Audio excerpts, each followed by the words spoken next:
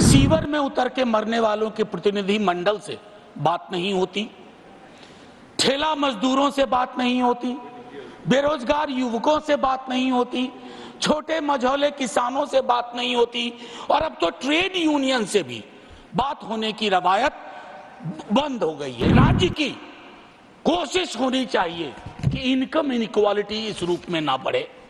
मैं नहीं बताना चाहता कि 90% संसाधन किसके कब्जे में है। ये मत समझिएगा कि मैं धन संचय का विरोधी हूं या अमीरी का विरोधी हूं, लेकिन अश्लील अमीरी और जिसका भोंडा प्रदर्शन हमने हाल के दिनों में देखा है। जब तक आप जातिगत जनगणना नहीं करवाएंगे, आपकी टारगेट स्पेसिफिक नहीं होगी, आपका बजट मीनिंगलेस होगा, आपकी नीतियां लोगों तक नहीं पहुंचेंगी। हमने लाखों के बोल सहे सितमगर तेरे लिए, तो मैं सितमगर से आग्रह करूंगा कि इन मुद्दों के मद्देनजर बजट को रीलुक दीजिए, बजट को आम आदमी का बजट बनाइए। मैं बजट पर आने से पूर्व प्री बजट कंसल्टेशन पर 30 सेकंड बोलूंगा। प्री बजट कंसल्टेशन होता है माननीय उपसभापति महोदय। मैंने उद्योगपतियों के साथ मीटिंग देखी, कॉरपोरेट हाउसेस के साथ मीटिंग देखी, और मैं आज की ही बात नहीं कर रहा हूं। कई वर्षों से प्री बजट कंसल्टेशन में सीवर में उतर के मरने वालों के प्रतिनिधि मंडल से बात नहीं होती, ठेला मजदूरों से बात नहीं होती, बेरोजगार युवकों से बात नहीं होती, छोटे मझौले किसानों से बात नहीं होती और अब तो ट्रेड यूनियन से भी बात होने की रवायत बंद हो गई है। क्योंकि हाल के दिन में जॉर्ज साहब पर एक किताब पढ़ रहा था, राहुल राम गुंडम जी की। उसमें पता चला कि आज जिन चीजों के लिए लोग नाराज हो जाते हैं सदन में, जॉर्ज साहब तो उन चीजों के बगैर सदन में अपनी बात ही नहीं रखते थे, चाहे बिजनेस हाउसेस का नाम लेना हो या इंडस्ट्रियल पॉलिसी की बात हो। मैं ये क्यों कह रहा हूं कि ये मैडम का 7वां बजट है, उनको बहुत बधाइयां मिली।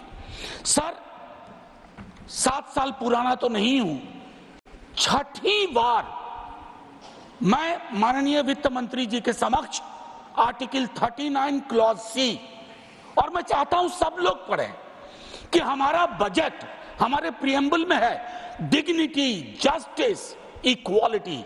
हमारा बजट उसको कितना रिफ्लेक्ट करता है। आर्टिकल 39 सी जो कंसंट्रेशन ऑफ वेल्थ की बात करता है माननीय उपसभापति महोदय, कि राज्य की कोशिश होनी चाहिए कि इनकम इनइक्वालिटी इस रूप में ना बढ़े। मैं नहीं बताना चाहता कि 90% संसाधन किसके कब्जे में है। माननीय सभापति महोदय, आय की इतनी बड़ी असमानता, परेशानी इस बात से होती है, यह मत समझिएगा कि मैं धन संचय का विरोधी हूं या अमीरी का विरोधी हूं, लेकिन अश्लील अमीरी और जिसका भोंडा प्रदर्शन हमने हाल के दिनों में देखा है। सर दिक्कत उससे है, इसलिए आय की असमानता पर बात होनी चाहिए। माननीय सभापति महोदय, मेरे साथी हमारी पार्टी से बोल चुके हैं, मैं मनरेगा पर 1-2 बात कहना चाहता हूं। अपने स्थापना से लेकर के आज तक पहली बार मनरेगा का उस रूप में जिक्र नहीं हुआ जैसा होता रहा है। 86,000 करोड़ दिए गए। सर अभी मेरे पास पूरे आंकड़े हैं। 86,000 करोड़ जो कि इंतरिम बजट के बराबर हैं। आपका एक्चुअल एक्सपेंडिचर 1,05,000 करोड़ था, 20,000 का गैप है, और ये मैं इसके आधार पर कह रहा हूं, मैं आंकड़े गर नहीं रहा हूं। मैं दूसरी बात कहना चाहता हूं, इससे क्या होगा? मजदूरी के भुगतान में देरी होगी, सप्रेशन ऑफ डिमांड होगा और क्वालिटी एसेट्स का निर्माण नहीं होगा। माननीय उपसभापति महोदय, भारत की शिक्षा, स्वास्थ्य और बाल विकास की योजनाओं में 50 लाख से ज्यादा स्कीम वर्कर्स हैं, जिसमें 90% से ज्यादा महिलाएं हैं। 5 वर्षों में उनके मानदेय बढ़ोतरी की कोई कोशिश नहीं हुई है।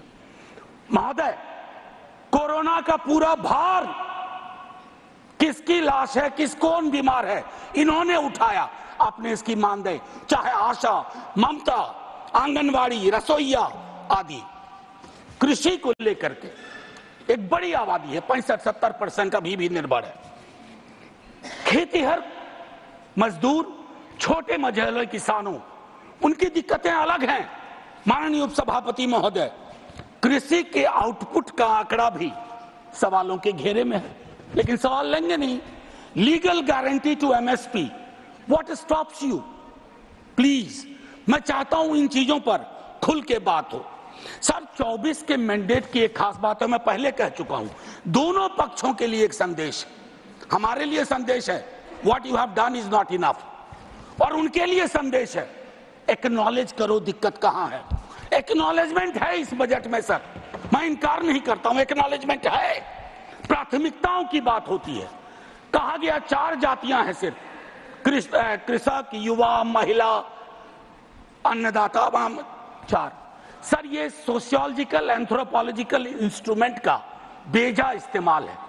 इस देश में जाति हकीकत है सर, 100 दफा बोल चुका हूं, और मैं कह रहा हूं कि जब तक आप जातिगत जनगणना नहीं करवाएंगे, आपकी टारगेट स्पेसिफिक नहीं होगी, आपका बजट मीनिंगलेस होगा, आपकी नीतियां लोगों तक नहीं पहुंचेंगी।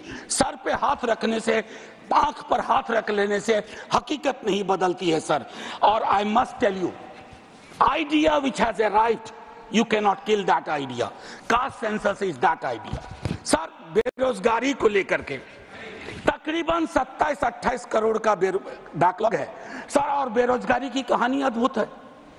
एक बड़ी आबादी है जो डिस्गाइज्ड अनएम्प्लॉयमेंट में है, कुछ अंडर एम्प्लॉयमेंट में है, अंडर एम्प्लॉयमेंट, कुछ उस बस 1-1.5 मिनट और लूंगा, कुछ उस सीमा को पार कर चुके हैं। आप 80 लाख की बात इस बजट में करते हैं, आपको प्रतिवर्ष 5-6 करोड़ रोजगार और नौकरी की व्यवस्था करनी होगी, तभी जाकर के ये जो डेमोक्रेटिक डिविडेंड है जो आप लोग कहते हैं, उसको आप एड्रेस कर पाएंगे।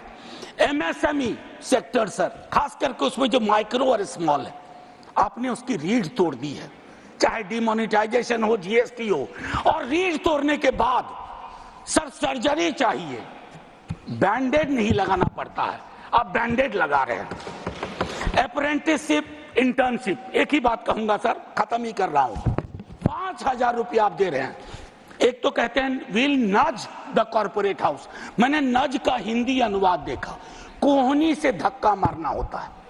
अब आप कॉर्पोरेट हाउस को कोहनी से धक्का मार के कह रहे हो कि रख लो 5,000, 30 दिन से सर, बस 1 मिनट और 30 दिन से डिवाइड करिए, 166 रुपए 66 पैसे, ये तो न्यूनतम मजदूरी भी नहीं है। और आखिरी सर, जय हिंद बोलने से पहले बिहार को लेकर बड़ी बात हुई सर, हम तो मुफ्त में बदनाम हो रहे हैं। 2015 का प्रधानमंत्री जी का आरा वीर कुंवर सिंह की धरती का भाषण सुनिए, फिर टॉर्च लेकर के या लालटेन लेकर के स्किल यूनिवर्सिटी ढूंढिए, केंद्रीय विश्वविद्यालय भागलपुर में ढूंढिए। हम तो सिर्फ इतना कहना चाहते हैं, हमने लाखों के बोल सहे सितमगर तेरे लिए, तो मैं सितमगर से आग्रह करूंगा इन मुद्दों के मद्देनजर बजट को रीलुक दीजिए, बजट को आम आदमी का बजट बनाइए। जय हिंद सर, शुक्रिया बहुत।